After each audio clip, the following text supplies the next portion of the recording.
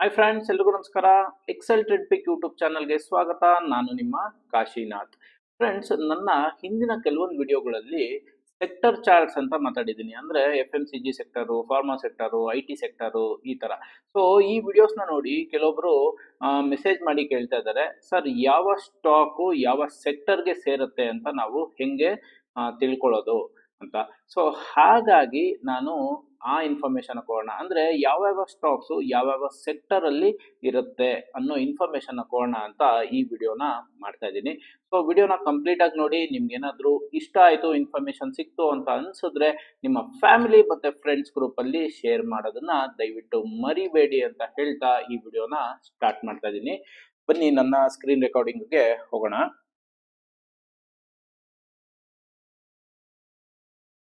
ನೋಡಿ, ಮೊದಲನೇದಾಗಿ ನೀವೇನು ಮಾಡಬೇಕು ಅಂತಂದರೆ ಸಿಂಪಲ್ ಗೂಗಲ್ ಗೂಗಲಲ್ಲಿ ಸರ್ಚ್ ಮಾಡಬೇಕು. ಏನಂತ ಅಂತಂದರೆ ಸೆಕ್ಟೋರಿಯಲ್ ಇಂಡಿಸೀಸ್ ಅಂತ ಕೊಡಿ.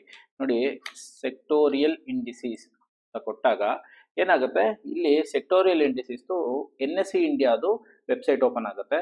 ಇಲ್ಲಿ NSE ಇಂಡಿಯಾದೇ ಓಪನ್ ಮಾಡ್ಬೇಕು ನೀವು. ಇಲ್ಲಿ ಕೆಳಗಡೆ ಯಾವುದಾದ್ರೂ NDTV ಪ್ರಾಫಿಟು, ಏಂಜಲ್ ಒನ್ನು ಈ ಥರದ್ದು ಯಾವುದು ಬೇಡ, NSE ಇಂಡಿಯಾದೇ ಓಪನ್ ಮಾಡ್ಕೊಳ್ಳಿ. ಸೊ ಇದ್ರ ಮೇಲೆ ಕ್ಲಿಕ್ ಮಾಡಿದ್ರೆ ಈ ತರ ಒಂದು NSE ಇಂಡಿಯಾ ಡೈರೆಕ್ಟ್ ಆಗಿ ಓಪನ್ ಆಗುತ್ತೆ. So NSE India first open ಮಾಡಿ ಅದ್ರೊಳಗಡೆ ಸೆಕ್ಟರ್ ಚಾರ್ಟ್ ಹುಡ್ಕೋದಕ್ಕಿಂತ ನೀವೇನ್ ಮಾಡಬೇಕು, ಗೂಗಲ್ ಅಲ್ಲಿ ಡೈರೆಕ್ಟ್ ಆಗಿ ಸೆಕ್ಟೋರಿಯಲ್ ಇಂಡಿಸೀಸ್ ಅಂತ ಕೊಟ್ರೆ NSE ಇಂಡಿಯಾ ಅಂತ ಬರುತ್ತೆ.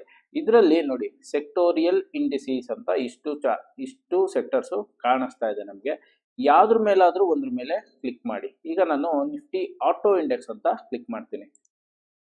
ಓಕೆ, ಇದು ಇನ್ನೊಂದು ಸಬ್ ವೆಬ್ಸೈಟ್ಗೆ ಹೋಗುತ್ತೆ. ಇಲ್ಲಿ ಎರಡು ತರ ನಾವು ಡೌನ್ಲೋಡ್ಸ್ನ ಮಾಡ್ಕೋಬಹುದು. ನಿಫ್ಟಿ ಆಟೋ ಇಂಡೆಕ್ಸ್ ಅಲ್ಲಿ ಯಾವ್ಯಾವ ಸ್ಟಾಕ್ಸ್ ಇದೆ ನೀವು ಜಸ್ಟ್ ನೋಡಬೇಕು ಅಂತಂದ್ರೆ ಇಲ್ಲಿ ಕ್ಲಿಕ್ ಮಾಡಬೇಕಾಗುತ್ತೆ. ನೋಡಿ, ಇಂಡೆಕ್ಸ್ ಕಾಂಟ್ರಿಬ್ಯೂಷನ್ ಇಲ್ಲಿ ಕ್ಲಿಕ್ ಮಾಡಬೇಕಾಗುತ್ತೆ. ಇಲ್ಲ ನಾನು ಡೌನ್ಲೋಡೇ ಮಾಡ್ಕೊಳ್ತೀನಿ ಅಂತಂದ್ರೆ ಸೆಕೆಂಡ್ ಒನ್ ಇಂಡೆಕ್ಸ್ ಕಾನ್ಸ್ಟಿಟ್ಯೂಯೆಂಟ್ ಅಂತ ಇದೆ, ಇಲ್ಲಿ ಕೊಟ್ರೆ ಇದು ಡೌನ್ಲೋಡ್ ಆಗುತ್ತೆ, ಎಕ್ಸೆಲ್ ಅಲ್ಲಿ ಡೌನ್ಲೋಡ್ ಆಗುತ್ತೆ. ಓಕೆ, ಸೊ ಈ ತರ ಈ ಆಟೋ ಇಂಡೆಕ್ಸ್ ಅಲ್ಲಿ ನಿಮಗೆ ಆಲ್ಮೋಸ್ಟ್ 16 ಸ್ಟಾಕ್ ಇದೆ. ಇದು ಸಿಂಬಲ್ ಏನು ಅಂತ ಇಲ್ಲಿ ಬರುತ್ತೆ. ಬೇಕಂತಂದ್ರೆ ಇದನ್ನ ನೀವು ಕಾಪಿ ಮಾಡ್ಕೊಳ್ಳಿ. ಕಾಪಿ ಮಾಡಿಕೊಂಡು ಒಂದು ಕಡೆ ಪೇಸ್ಟ್ ಮಾಡ್ಕೊಳ್ಳಿ ಸಪ್ರೇಟ್ ಆಗಿ. ಮಾಡಿಕೊಂಡು ಇಲ್ಲಿ ಬೇಕಂತಂದ್ರೆ ನಿಫ್ಟಿ ಆಟೋ ಅಂತ ಹೆಡ್ಡಿಂಗ್ ಕೊಟ್ಕೊಂಡು ಈ ಥರ ಸೇವ್ ಮಾಡ್ಕೊಳ್ಳಿ. ನೋಡಿ, ನಾನು ಯಾವ ಥರ ಮಾಡಿದ್ದೀನಿ ಅಂತ ತೋರಿಸ್ತೀನಿ. ನೋಡಿ, ಸೆಕ್ಟರ್ ಚಾರ್ಟ್ಸ್ ಅಂತ ಒಂದು ಎಕ್ಸೆಲ್ ಶೀಟ್ನೇ ಮಾಡ್ಕೊಂಡಿದ್ದೀನಿ. Nifty auto, Nifty bank, Nifty finance, Nifty consumer durables, Nifty FMCG. So Nifty auto ಅಂದಿದ ತಕ್ಷಣ ನನಗೆ ಇಷ್ಟು ಸ್ಟಾಕ್ಸ್ ಬರುತ್ತೆ ಅಂತ ಗೊತ್ತು. ನಿಫ್ಟಿ ಬ್ಯಾಂಕ್ ಅಂದಿದ ತಕ್ಷಣ ಇಷ್ಟು ಸ್ಟಾಕ್ಸ್ ಬರುತ್ತೆ ಅಂತ. ಸೊ ಈ ಥರ ನೀವು ಒಂದು ಎಕ್ಸೆಲ್ ಶೀಟ್ನ ಮಾಡ್ಕೋಬೋದು. ಇನ್ನೊಂದು ವೇ ಏನು ಅಂತಂದರೆ, ನಾನು ಜಸ್ಟ್ ಯಾವ್ಯಾವ ಸ್ಟಾಕ್ಸು ಯಾವ್ಯಾವ ಸೆಕ್ಟರ್ಗೆ ಸೇರುತ್ತೆ ಅಂತ ನೋಡ್ಕೊಳ್ತೀನಿ ಅಂತಂದರೆ ಇಲ್ಲಿ click to see respective values ಅಂತ ಇದೆ, ಕ್ಲಿಕ್ ಮಾಡಿ. ಇಲ್ಲಿ ಇಂಡೆಕ್ಸ್ ಮೂವರ್ಸ್ ಅಂತ ಓಪನ್ ಆಗಿ ನಿಫ್ಟಿ ಆಟೋನಲ್ಲಿ 16 ಸ್ಟಾಕ್ಸ್ ಇದೆ. ಸೊ ಇಲ್ಲಿ ಗ್ರೀನ್ ಅಲ್ಲಿರೋದು ಇವತ್ತಿಗೆ ಗ್ರೀನ್ ಇದೆ ಅಂತ ಅಷ್ಟೇ, ಬಿಟ್ರೆ ಇದಕ್ಕೆ ಜಾಸ್ತಿ ವೆಯ್ಟೇಜ್ ಇದೆ ಆ ಥರ ಅಲ್ಲ. ಮದರ್ಸನ್ ಸುಮಿ, ನೆಕ್ಸ್ಟು ಅಶೋಕ್ ಲೈಲ್ಯಾಂಡ್, ಇವಾಗ M&M ಲಾಸ್ಟ್ ಅಲ್ಲಿ ಇದೆ ಇವತ್ತಿಗೆ. ಸೊ M&Mಗೆ ಕಡಿಮೆ ವೇಟೇಜ್ ಇದೆ ಅನ್ನೋದಲ್ಲ, ಆದರೆ ಇವತ್ತು M&M ಮೈನಸ್ ಅಲ್ಲಿ ಇರೋದ್ರಿಂದ ನೋಡಿ, ಇವಾಗ 109 ಪಾಯಿಂಟ್, ಇಲ್ಲಿ 158 ಪಾಯಿಂಟು ನಿಫ್ಟಿ ಆಟೋ ಇವತ್ತು ಡೌನ್ ಆಗಿದೆ. ಸೊ ಅದರಲ್ಲಿ ಮೇಜರ್ ಕಾಂಟ್ರಿಬ್ಯೂಷನ್ನು M&M 109 ಪಾಯಿಂಟಿಂದ ಡೌನ್ ಆಗಿದೆ ಅಂತ. 10 ಪಾಯಿಂಟು ಹೀರೋ ಹೊಂಡಾದು ಮೇಲಕ್ಕೆ ಹೋಗಿರೋದಕ್ಕೆ ಇಲ್ಲಿ ಎಲ್ಲ ನಲಿಫೈ ಆಗಿ ಏನು ಬಂದಿದೆ, -158 ಪಾಯಿಂಟ್ಸು ಇವಾಗ ಆಸ್ ಆಫ್ ನೌ ಡೌನ್ ಇದೆ ಅಂತ. ನೋಡಿ, ಇಷ್ಟೆಲ್ಲ ಸ್ಟಾಕ್ಸು ಆಟೋ ಇಂಡೆಕ್ಸ್ ಅಲ್ಲಿ ಇದೆ ಅಂತ. Next Nifty bank. Nifty bank ಅಲ್ಲಿ ಯಾವ್ಯಾವ ಸ್ಟಾಕ್ಸ್ ಇದೆ? ಸೊ ನಿಫ್ಟಿ ಬ್ಯಾಂಕ್ ಅಲ್ಲಿ 12 ಸ್ಟಾಕ್ ಇದೆ. ಸೊ ಈ ತರ ನೋಡಿ, SBI, bank of Baroda, PNB, Kotak bank, Bandhan bank, AU bank, IDFC first bank, federal bank, IndusInd, Axis bank, HDFC bank, ICICI bank. So ಈ ತರ ನಿಫ್ಟಿ ಬ್ಯಾಂಕ್ ಅಲ್ಲಿ ಇಷ್ಟು ಬ್ಯಾಂಕ್ಸ್ ಇದಾವೆ. So Nifty FMCG. So Nifty FMCG ನಲ್ಲಿ ಯಾವ್ಯಾವ ಸ್ಟಾಕ್ಸ್ ಇದೆ ಅಂತಂದ್ರೆ BBL, ITC, Marico, Dabur, Britannia, Radico, Colpal ಅಂದರೆ Colgate, UBL, Hindustan Unilever. So ಈ ಥರ ನಮಗೆ ಎಲ್ಲ ಸೆಕ್ಟೋರಿಯಲ್ ಇಂಡೆಸಿಸ್ದು ಯಾವ್ಯಾವ ಸ್ಟಾಕ್ಸು ಯಾವ್ಯಾವ ಇಂಡೆಕ್ಸ್ಗೆ ಸೇರುತ್ತೆ ಅಂತ ಗೊತ್ತಾಗುತ್ತೆ. ಇಲ್ಲಿ ನಿಫ್ಟಿ ಐ ಟಿನಲ್ಲಿ TCS, LTIM, tech Mahindra, Mphasis, Wipro, HCL tech, Infy, LTTS, Persistent, ಪ್ರೊಫೋರ್ಡ್. ಇಷ್ಟು ಸ್ಟಾಕ್ಸು 10 ಸ್ಟಾಕು ನಿಫ್ಟಿ IT ಇಂಡೆಕ್ಸ್ಗೆ ಸೇರುತ್ತೆ ಅಂತ. ನೆಕ್ಸ್ಟು ನೋಡಿ, Nifty pharma, Nifty private bank, Nifty PSU bank, ಈ ಥರ ನಿಮಗೆ ಸೆಕ್ಟೋರಿಯಲ್ ಇಂಡಸ್ಟ್ರೀಸ್ದು ನಾವು ನೋಟ್ ಡೌನ್ನ ಮಾಡಿಕೊಂಡು ಇಟ್ಕೊಂಡ್ರೆ ಏನು ಯೂಸ್ ಆಗುತ್ತೆ ನಮಗೆ ಅಂತಂದರೆ, ಸೆಕ್ಟರ್ ಚಾರ್ಟು ಸ್ಟ್ರಾಂಗ್ ಇದ್ದು ಅದರಲ್ಲಿರುವಂಥ ಸ್ಟಾಕು ನಮಗೆ ಬೈ ಬಂದರೆ ಸೊ ಅದು ಫಾಸ್ಟಾಗಿ ಮೂವ್ ಆಗೋ ಚಾನ್ಸಸ್ಸು ಜಾಸ್ತಿ ಇರುತ್ತೆ ಅಂತ. ನೆಕ್ಸ್ಟು ಇಲ್ಲಿ ನೋಡಿ, ಥೆಮೆಟಿಕ್ ಇಂಡಿಸೀಸ್ ಅಂತ ಇದೆ. ಇಲ್ಲಿ ನೀವು ಯಾವುದೇ ಇದನ್ನು ಹುಡ್ಕಿದ್ರು ಇಷ್ಟು ಸೆಕ್ಟೋರಿಯಲ್ ಇಂಡಿಸೀಸಲ್ಲಿ ನಮಗೆ ಏನು ಅಂತಂದರೆ L&T ಯಾವುದೇ ಸೆಕ್ಟೋರಿಯಲ್ ಇಂಡಸ್ಟ್ರೀಸ್ಗೆ ಬರಲ್ಲ, ನೆಕ್ಸ್ಟು ACC ಬರಲ್ಲ. ಸೊ ಅದಕ್ಕೆ ಥೆಮೆಟಿಕ್ ಇಂಡಿಸೀಸ್ ಅಂತ ಸಪ್ರೇಟ್ ಒಂದು ಲಿಸ್ಟ್ ಇದೆ. ಥೆಮೆಟಿಕ್ ಅಂತಂದರೆ ರಿಲೇಟಿವ್ಲಿ ಇದು ಸಜೆಸ್ಟ್ ಮಾಡೋದು ಅಂದರೆ ಆ ಗ್ರೂಪ್ಗೆ ಸೇರುತ್ತೆ ಅನ್ನೋದು, ಆದರೆ ಸೆಕ್ಟರ್ ವೈಸ್ ಅಲ್ಲ, ಒಂದು ರಿಲೇಷನ್ ಇದೆ ಅನ್ನೋ ಥರ. ನೋಡಿ, ಅದನ್ನು ಬೇಕಾದ್ರೆ ನಾನು ಗೂಗಲಲ್ಲಿ ಸರ್ಚ್ ಮಾಡಿ ತೋರಿಸ್ತೀನಿ ನಿಮಗೆ.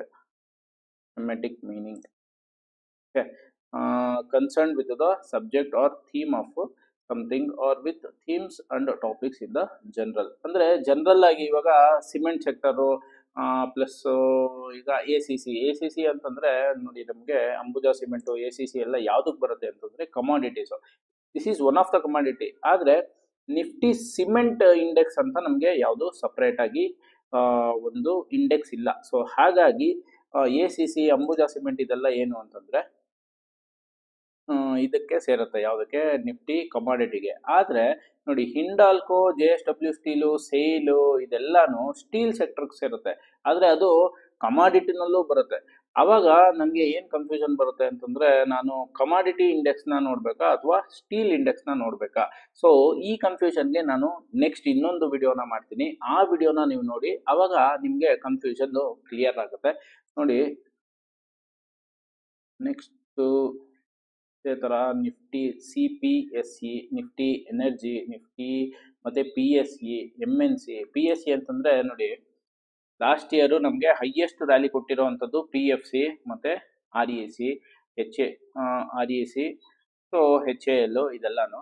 ಸೊ ಇದೆಲ್ಲ ಸ್ಟಾಕು, ಈ ಸ್ಟಾಕ್ಸ್ನ ನಾವು ಬೈ ಮಾಡಬೇಕು ಅಂತಂದಾಗ ನಿಫ್ಟಿ PSE ಇಂಡೆಕ್ಸ್ನ ನೋಡಿಕೊಂಡು ಬೈ ಮಾಡಿದ್ರೆ ನಮಗೆ ಏನು ಅಂತಂದರೆ, ನಿಫ್ಟಿ PSE ಇಂಡೆಕ್ಸು ಅಪ್ ಟ್ರೆಂಡಲ್ಲಿದೆ, ಪ್ಲಸ್ ಅದರಲ್ಲಿರೋವಂಥ ಸ್ಟಾಕು ಅಪ್ ಟ್ರೆಂಡಲ್ಲಿ ಇದ್ದಾಗ ನಾವು ಬೈ ಮಾಡಿದ್ರೆ ನಮಗೆ ಪೊಟೆನ್ಷಿಯಲ್ ಜಾಸ್ತಿ, ರಿಟರ್ನ್ಸ್ ಜಾಸ್ತಿ, ಫಾಸ್ಟಾಗಿ ನಮಗೆ ರಿಟರ್ನ್ಸ್ ಕೊಡುವಂಥ ಚಾನ್ಸಸ್ಸು ಇರುತ್ತೆ.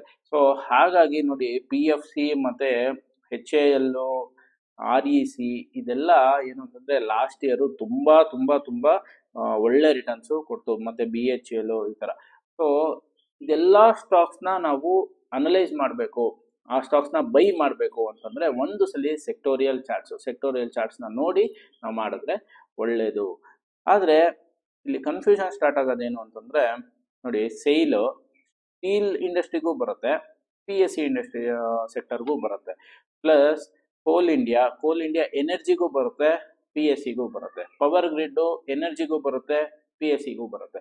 ಸೊ ಹಾಗಾಗಿ ನಾನು ಇವಾಗ ಪವರ್ ಗ್ರಿಡ್ ಬೈ ಬಂತು ಅಂತಂದರೆ PSE ಇಂಡೆಕ್ಸ್ನ ನೋಡಬೇಕಾ ಅಥವಾ ಎನರ್ಜಿ ಇಂಡೆಕ್ಸ್ನ ನೋಡಬೇಕು, ಈ ಥರ ಕನ್ಫ್ಯೂಷನ್ನು ಹತ್ರ ಇರುತ್ತೆ. ಸೊ ಹಾಗಾಗಿ ನನ್ನ ಮುಂದಿನ ವಿಡಿಯೋ ನೋಡಿ, ಅದರಲ್ಲಿ ನಾನು ಯಾವ ಥರ ನಾವು PSEಗೆ ಕೆಲವೊಂದು ಸ್ಟಾಕ್ಸ್ನ ಪ್ಲಸ್ ಸೆಕ್ಟೋರಿಯಲ್ ಚಾರ್ಟ್ಸಲ್ಲಿ ಇರೋವಂಥದ್ದನ್ನ PSEಗೆ ಆ್ಯಡ್ ಮಾಡಬಾರ್ದು, ಅಥವಾ ಇದರಲ್ಲಿರೋದನ್ನ ಅದರಲ್ಲಿರೋದನ್ನ ಇದರಲ್ಲಿ, ಅದಕ್ಕೊಂದು ಸಿಂಪಲ್ ಆಗಿ ನಮಗೆ ಇರೋವಂಥ ಒಂದು ರೂಲ್ನ ಮಾಡಿಕೊಂಡು ನಾವು ಅದನ್ನು ಸೆಕ್ಟೋರಿಯಲ್ ಚಾರ್ಟ್ಸ್ನ ಸಪ್ರೇಟಾಗಿ ಮಾಡ್ಬೋದು ಅನ್ನೋದನ್ನ ನನ್ನ ಮುಂದಿನ ವಿಡಿಯೋದಲ್ಲಿ ನಾನು ನಿಮಗೆ ತೋರಿಸ್ತೀನಿ.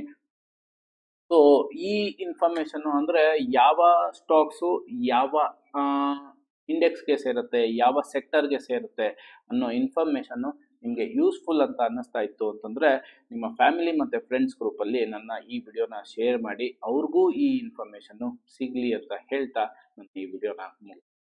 Thank you friends.